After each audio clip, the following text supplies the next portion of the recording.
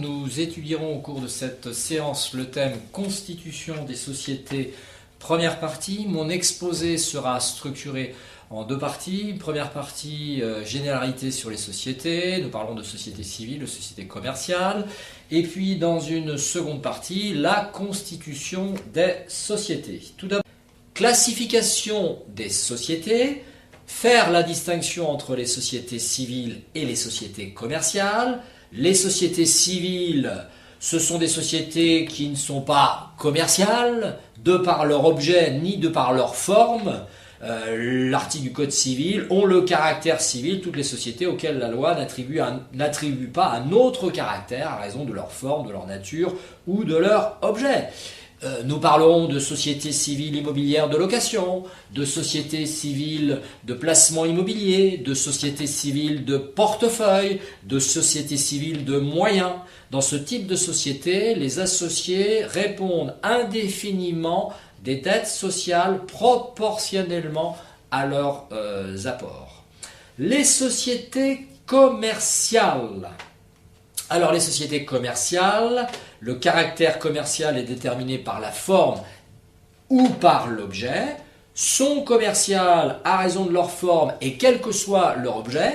Les sociétés en nom collectif, les sociétés en commandite simple, les sociétés à responsabilité limitée, les sociétés par action. Alors, classification des sociétés commerciales, on distingue dans les sociétés commerciales les sociétés de personnes, qui sont donc des sociétés constituées en considération de la personnalité des associés. Dans ces sociétés,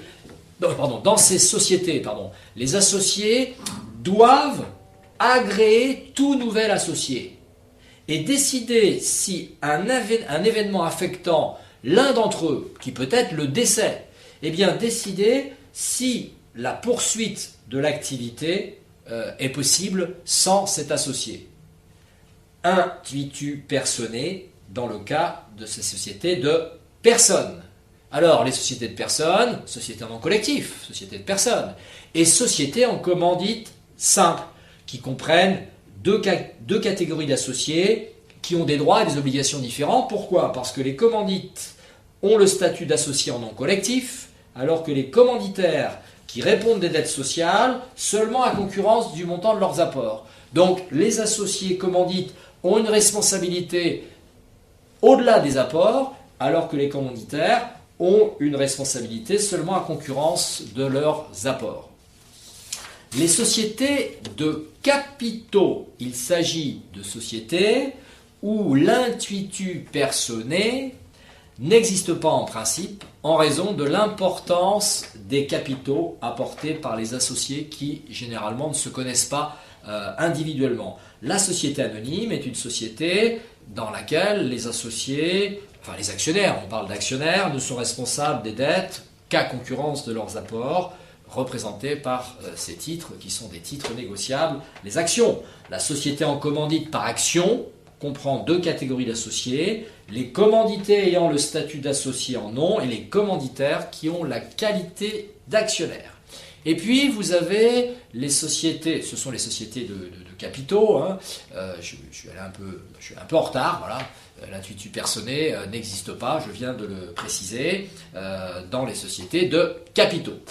Les sociétés à responsabilité limitée, qui est une société mixte, en fait, qui représente à la fois un caractère société de personnes, des caractères société de personnes et des caractères société de capitaux. Les associés sont choisis en général en considération de leur personne. Le capital est divisé en parts sociales sans être matérialisé par des titres. Par contre, les associés ne sont en principe responsables des dettes qu'à concurrence de leurs apports. Le contrat de société qui est défini, article du Code civil qui définit ce contrat en ces termes. La société est un contrat par lequel deux ou plusieurs personnes convient de mettre en commun des biens ou leur industrie en vue de partager un bénéfice ou de profiter de l'économie qui pourrait en résulter. Attention, les associés s'engagent aussi à contribuer aux pertes. Alors, quels sont les éléments caractéristiques du contrat de société? Tout d'abord, le nombre minimal d'associés. Toute société doit comprendre au minimum 2 membres. Seulement, dans certains cas, dans le cadre général des SARL, l'entreprise unipersonnelle à responsabilité limitée, l'entrepreneur est seul associé. Dans les sociétés de capitaux, le nombre minimal d'associés est plus important. Dans les sociétés anonymes, 7 associés. Mais il y a aussi le cas de la SAS qui peut avoir un seul associé au minimum. Les apports. Tout associé doit effectuer un apport à la société en constitution. Quels sont les types d'apports? Un apport en numéraire, espèces, argent. Un apport en nature, des biens. Des terrains, des immeubles, des marchandises, du matériel outillage, des apports en industrie, mis à la disposition de la société de connaissances techniques, de relations, de savoir-faire, de travail. Possible, attention, dans les sociétés en nom collectif, les sociétés en commandite simple, les sociétés en commandite par action, mais pas pour les associés commanditaires des sociétés en commandite par action. D'accord? Apport en industrie possible dans le cas de ces sociétés. La participation des associés au résultat. Toute société a pour objectif de réaliser un bénéfice, ce qui la distingue d'une association à but non lucratif. Chaque associé a vocation à partager ce bénéfice. En contrepartie, il doit aussi contribuer aux pertes. L'affecto societatis, c'est la volonté de tous les associés de participer de façon active sur un pied d'égalité à la marche de l'entreprise. Les associés doivent pouvoir participer à la prise de décision importante, désigner les dirigeants de cette société qui doivent leur rendre des comptes. La personnalité morale des sociétés. Une société régulièrement constituée jouit de la personnalité morale, c'est-à-dire qu'elle constitue un être distinct de la personne des associés. Attention, il y a la société personne morale, il y a les associés qui peuvent être des personnes physiques, voire des personnes morales. Sauf pour les sociétés de fait, exploitation en commun d'un fonds de commerce par 2 concubins ou 2 amis, c'est une société de fait par exemple. Ou une société en participation dans le cas des travaux publics. Pour réaliser des grands travaux, il peut y avoir une association sous forme de société en participation, mais dans ce cas-là, la société, elle n'est pas immatriculée, elle n'a pas la personnalité morale. Le point de départ de cette personnalité morale est la date de l'immatriculation au registre du commerce. Classification des sociétés, faire la distinction. Règle de fixité du capital. Tout commerçant exploitant une entreprise individuelle, je parle de l'entreprise individuelle, peut à son gré modifier l'importance du capital de cette entreprise. Il en va différemment pour les sociétés. Pour les sociétés, les modifications de capital ne peuvent être effectuées par les associés qu'en respectant des règles de publicité qui sont imposées par la loi, de façon à ce que les créanciers sociaux et tous les tiers intéressés par la gestion de la société soient informés. Seules font exception à cette règle les sociétés à capital variable et les sociétés sans personnalité morale. Tout à l'heure, nous avons vu les sociétés en participation, souvent dans le domaine des travaux publics pour réaliser des grands chantiers, les sociétés de fait, exploitation en commun d'un fonds de commerce par des amis, dans ce cas-là, société de fait. Dans la SARL, il appartient aux associés de préciser à quelle hauteur ils entendent porter le capital social et le montant de leur souscription. Formalité de constitution. Après signature des statuts, différentes formalités sont nécessaires pour finaliser en fait la constitution de la société de façon à lui accorder la personnalité morale. Tout d'abord l'insertion dans un journal d'annonce légale, déposer au greffe les exemplaires des statuts, immatriculation au registre du commerce et des sociétés, une insertion dans le bulletin officiel des annonces civiles et commerciales, le BODAC, une déclaration d'existence auprès des administrations fiscales sociales. Alors en principe, les demandes d'immatriculation des sociétés au registre du commerce doivent être présentées à un centre de formalité des entreprises, ce qui permet aux entreprises de souscrire en un lieu unique avec un seul document l'ensemble des formalités nécessaires à leur activité. C'est une simplification, donc le centre de formalité des entreprises. Pour comptabiliser les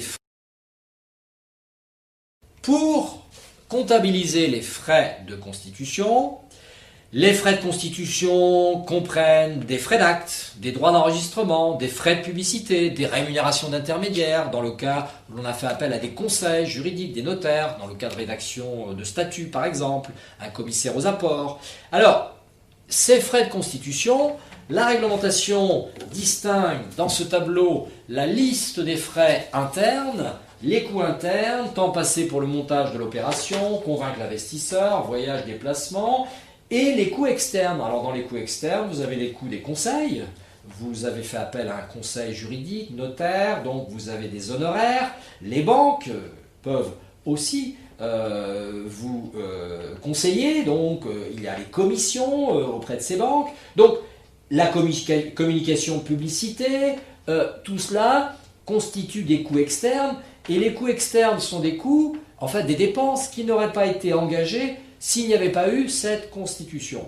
Et sur le plan comptable, ces coûts externes constituent des frais d'émission, des frais de constitution, et peuvent être comptabilisés. Alors, quelle solution pour comptabiliser ces frais de constitution? La réglementation prévoit les frais de constitution peuvent être inscrits à l'actif, comme frais d'établissement. Leur inscription en compte de résultat en charge constitue néanmoins la méthode préférentielle. Alors nous avons deux solutions, mais parmi les deux, il y a une méthode préférentielle. La solution qui est d'activer les frais d'établissement. Cette solution, je vous montre les écritures pour activer les frais d'établissement. Si nous avons choisi de les activer, nous allons constater dans le compte 2011 ces frais de constitution. Et puis ensuite, ces frais de constitution seront étalés, amortis sur une durée de 5 ans, et vous aurez ainsi l'amortissement constaté par cette écriture 6811 à 28011. Il s'agit donc de cette première solution qui est de constater ces frais à l'actif du bilan. Première solution. Et la deuxième solution, c'est de comptabiliser ces frais en charge. Et la deuxième solution est une méthode préférentielle. Je voudrais revenir sur ce que j'ai déjà expliqué dans le module 2 sur la notion de méthode préférentielle. Parmi les deux solutions, quelle est la meilleure solution sur le plan de l'information? La meilleure solution, c'est de considérer les frais de constitution comme des charges. Et oui, ce sont des charges, et non pas des actifs. Activer des frais d'établissement, c'est anti-économique. Alors, pourquoi encore deux solutions? Il y a, je le rappelle, dans la réglementation comptable, une hiérarchie des sources de droit, avec en niveau supérieur le code de commerce. Et dans le code de commerce, qui sont des textes comptables anciens, il est prévu que les frais de constitution, il y a deux solutions. Soit à l'actif en frais d'établissement, soit en charge. Le plan comptable a choisi, parmi les deux méthodes, en méthode préférentielle, a choisi charge, qui correspond d'ailleurs à la méthode de la norme internationale, qui est beaucoup plus logique. En effet, il y a des contradictions dans la réglementation comptable française. Nous en avons parlé, mais c'est très important de le rappeler. Il y a des contradictions, pourquoi? Parce que d'un côté, on me dit qu'un actif, si je reprends la définition des actifs, dans la réglementation française, introduction de la norme internationale, un actif est un élément du patrimoine ayant une valeur économique positive. Je m'arrête, déjà. Valeur économique positive. Les frais de constitution, frais d'établissement, ont une valeur positive? Non. On les considère comme des actifs qui n'ont aucune valeur fictive. Alors il y a une contradiction, parce qu'on me dit qu'un actif doit avoir une valeur positive, et les frais de constitution n'ont pas de valeur positive. Ce sont des charges. Par conséquent, si je les inscris encore à l'actif, c'est parce que le code de commerce me l'autorise, et comme il est de niveau supérieur au PCG, je peux encore appliquer cette ancienne solution. Mais que dit l'ANC, l'autorité des normes comptables, dans le PCG? Elle dit « je préfère la comptabilisation des frais dans les charges ». Méthode dite préférentielle. Vous devez connaître les méthodes préférentielles. L'énoncé d'un sujet va vous dire l'entreprise applique la méthode préférentielle pour la comptabilisation de ses frais de constitution. Vous devez les comptabiliser dans ce cas.